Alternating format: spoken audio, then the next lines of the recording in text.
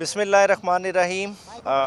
अभी खान साहब से बैरिस्टर सलमान सफदर साहब और मेरी मुलाकात हुई। हमारी कोर्ट हेयरिंग के बाद मुलाकात हुई है। जो कोर्ट प्रोसीडिंग का हवाल है और केसेस के हवाले से अभी ब्रीफिंग सलमान सफदर साहब देंगे।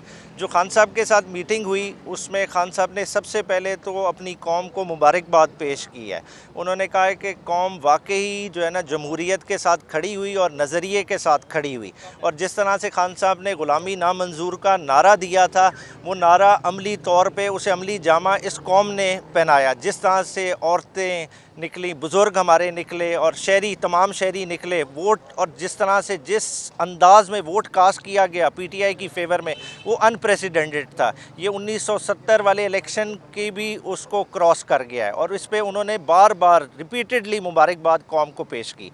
और जिस तरह का मैंडेट पीटीआई को दिया गया है, इंशाअल्लाह ताला पीटीआई मरकज़ में, केपीके में और पंजाब में गवर्नमेंट बनाएगी। और खान साहब ने और बहुत उसमें ड्यूटीज़ भी असाइन की है कुछ लोगों को। वो ड्यूटीज़ जो केपीके पंजाब के हवाले से हैं वो डायरेक्टली उनको बताई जाएंगी, इसलिए अभी मैं उनके नाम नहीं डिस्क्लोज़ कर रहा। दूसरी जो बड़ी बात खान साहब ने की आज की, उन्होंने मुल्क के सबसे बड़े प्राइम इदारे से अपील की कि खुदारा अब जो कुछ पहले हो गया। ये देखें, कौम ने मैंडेट एक दिया है, वो मैंडेट रिस्पेक्ट होना चाहिए, वो हर तरह से रिस्पेक्ट होना चाहिए। कौम के मैंडेट के साथ जो 9 फरवरी के बाद हो रहा है वो नहीं होना चाहिए किसी तरह से भी, क्योंकि ये कौम को फर्दर एलिनेट कर देगा, कौम में इदारे और कौम के दरमियान दूरियां पैदा करेगा। तो ऐसा बिल्कुल भी नहीं होना चाहिए। और साथ ही साथ जिन हलकों में रातों रात 9 मई से रिज़ल्ट बदले गए हैं और बदले जा रहे हैं, खान साहब की उन हलकों की आवाम से और कैंडिडेट से पुरजोर अपील है कि कल दोपहर को वो निकलें और भरपूर प्रोटेस्ट करेंगे। वो थ्रू आउट पाकिस्तान उन हलकों में जहाँ जहाँ ये धांधली के वाक़यात रूनुमा हुए हैं, और इन पे भरपूर तरह से जो है ना इसका इजहार किया जाएगा और अदालती तरह से भी फॉलो अप किया जाएगा। और ये एहतजाज बिल्कुल पुरअमन होएगा, क्योंकि खान साहब की तारीख़ रही है हमेशा से पुरअमन एहतजाज हम करते रहे हैं। हमने धरना दिया, पुरअमन रहा, और अब भी ये पुरअमन होएगा, क्योंकि देखें जमहूरी अमल में वोट की ही रिस्पेक्ट है। अगर वोट ही चोरी हो जाए तो अवाम क्या करेंगी? अवाम के बाद वाहिद रास्ता पीसफुल प्रोटेस्ट है, और तहरीक इंसाफ वो रास्ता अडॉप्ट करेगी। साथ ही साथ खान साहब ने ज़िक्र किया अपने जो हमारा माशी बुरान से गुज़र रहे हैं। खान साहब ने कहा कि देखें ज़मीन बोस हो चुकी है हमारी इकॉनमी। कल स्टॉक एक्सचेंज फिर से 1200 इंडेक्स लूज़ किया।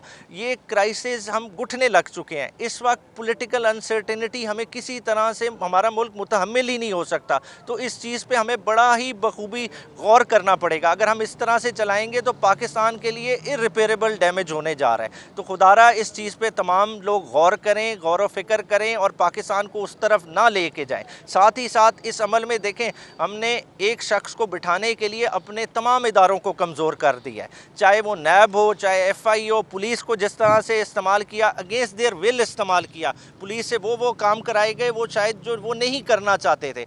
प्री पोल रिगिंग इस हद तक की गई जो पाकिस्तान की तारीख़ में देखने को नहीं आई, मगर वो उस तरह से इदारों को इस्तेमाल किया गया। अल्टीमेटली नुकसान किसका हुआ? इस कौम का हुआ है, इदारों का नुकसान हुआ है। इदारे नहायत ही कमज़ोर हो गए हैं, आज उस पोजीशन पे खड़े हैं कि उन्हें दोबारा खड़ा करने के लिए हमें इमरान खान जैसी क़यादत की ज़रूरत है। लास्टली, इमरान खान साहब ने इंस्टीट्यूशन की क्रेडिबिलिटी के हवाले से बात बड़ी तफसीली की। उन्होंने कहा इसके लिए अब देखें, नवाज़ शरीफ का जो ट्रैक रिकॉर्ड आप उठा के देख लें कि 2008 में गए, 2018 में गए, 99 में गए, ये गवर्नमेंट्स को बैंकरप्ट करके गए। आप 16 महीने की परफॉर्मेंस देख लें आपकी जो PDM की गवर्नमेंट की रही, उसमें क्या इस कौम का हशर नशर हुआ है। तो खुदारा अब उस चीज़ को रिपीट ना करें। अब ये मिक्स अचार के साथ नहीं हुकूमत चल सकती। जिस गवर्नमेंट का मैंडेट है उसको रिस्पेक्ट करें। एक 50 सीटों वाला कैसे फतह का ऐलान कर सकता है कि 50 सीटें अभी आई नहीं?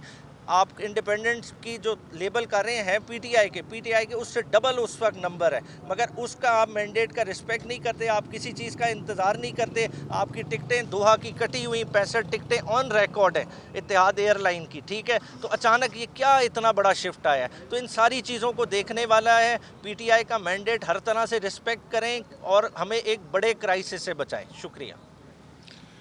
देखिए जी, आज एक सवाल पूछ लें, बताइएगा कल मियां नवाज शरीफ ने खिताब किया और उन्होंने हुकूमत बनाने का ऐलान किया है, उस पर कोई बात हुई खान साहब? जी, वो यही उन्होंने कहा कि 50 सीटों पे कोई कैसे ऐलान कर सकता है। खान साहब ने आज डॉन अखबार बड़ा बखूबी पढ़ा हुआ था और तमाम हालात से बड़ी तरह से अवेयर थे, और वो कह रहे थे मतलब ऐसी सीटें, अब वो नूर आलम की उन्होंने मिसाल दी, ठीक है ना, अब रेहाना डार का देख लें, मतलब हल्के जो जीते जिताए कन्वर्ट किए गए हैं रातों रात, वो कैसे हो सकता है। इस्लामाबाद की 3 सीटें कैसे कोई और जीत सकता है। पीटीआई की लंबी मार्जिन से 50-50 हज़ार की लीडें हैं, उन्हें आप अंडू कैसे कर सकते हैं। ये आप फर्दर क्राइसिस में इस मुल्क को डाल रहे हैं। देखें, आप इमरान खान की ज़ात को भूल जाएं, दूसरी चीज़ों को भूल जाएं, ये इस मुल्क की जो है ना इशू मुल्क की क्रेडिबिलिटी, मुल्क के इंस्टीट्यूशंस की क्रेडिबिलिटी का है।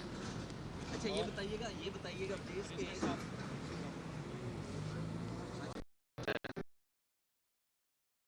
रहमान रहीम।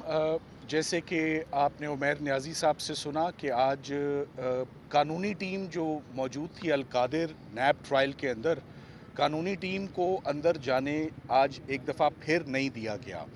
उस्मान रियाज गिल साहब मौजूद हैं, ज़हीर अब्बास साहब कानूनी टीम का हिस्सा हैं, लीड कर रहे हैं अलकादिर के केस को, मगर नैब की टीम आज सुबह 9 बजे एंटर होती है, तफ्तीश आती है, तफ्तीशी आते हैं, प्रोसिक्यूटर्स आते हैं।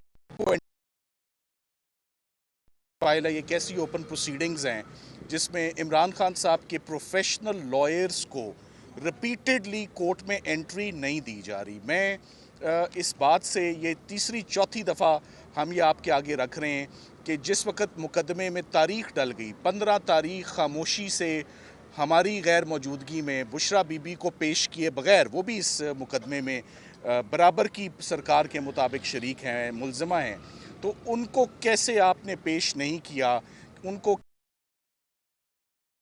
आपने उनको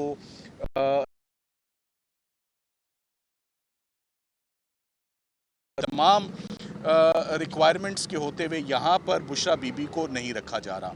सो आज दोबारा नैब के जज साहब जो हैं वो नहीं आए और अमले ने आज डाल दिया और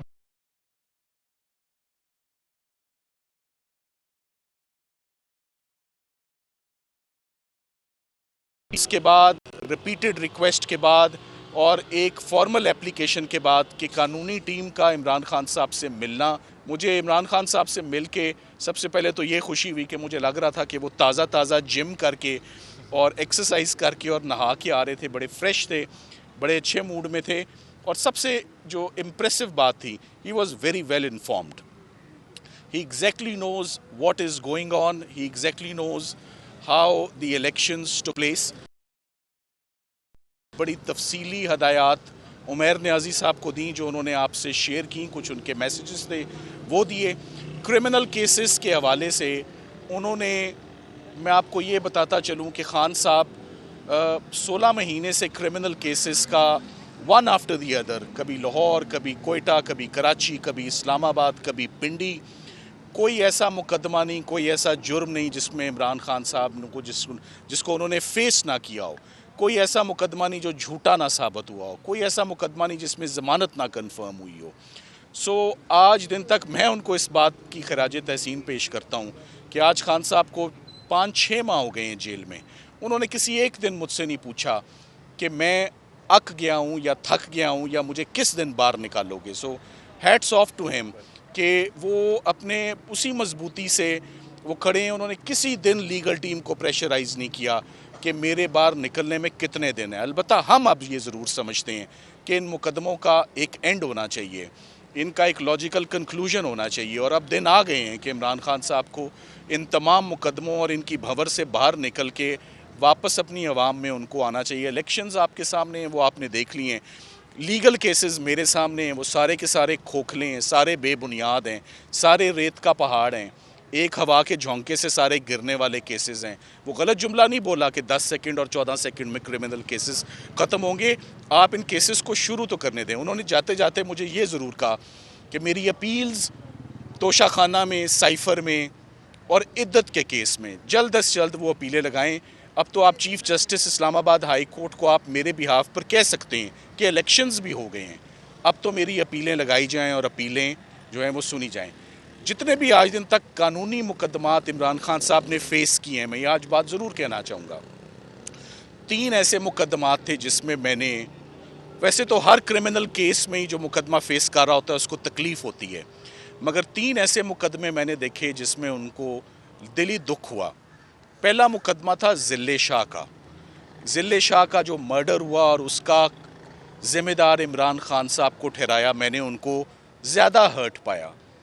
दूसरा क्रिमिनल केस जिस पे मैंने उनको बहुत रिएक्ट करते देखा वो करप्शन चार्जेस थे। उन्होंने कहा ये काम मैंने ज़िंदगी में कभी नहीं किया करप्शन का। अलकादिर के हवाले से और तोशा खाना के हवाले से कि I am not a corrupt person, so I saw him reacting. The third case जिस पे उनको बहुत दुख है, ना सिर्फ उनको दुख है, हम सबको ही दुख है, हमें भी दुख है कि ये इद्दत और निकाह वाला जो केस था, इसे हम कहते हैं below the belt. Below the belt जाके ये केसेस चलाना, ये प्राइवेट मामला थे, ये डोमेस्टिक इश्यूज़ हैं, ये इस लेवल पे हाईलाइट नहीं होने चाहिए थे। और इस लेवल की क्रॉस एग्जामिनेशन और इस लेवल का एविडेंस कोर्ट में झूठा प्रेजेंट करना, एवेंचुअली इन सारे केसेस का क्या अंजाम होना है आपको मालूम है। It's only a matter of when. But इद्दत का केस तीसरा केस था जिस पे खान साहब बहुत अफसरदा थे कि ये नौबत यहाँ तक आ गई है। उन्होंने एंड में ये ज़रूर कहा कि बुशरा बीबी को क्यों उधर बंद कमरे में तारीकी में उनकी खिड़कियाँ बंद करके उनको वहाँ पर टफ़ टाइम वहाँ पर दिया जा रहा है।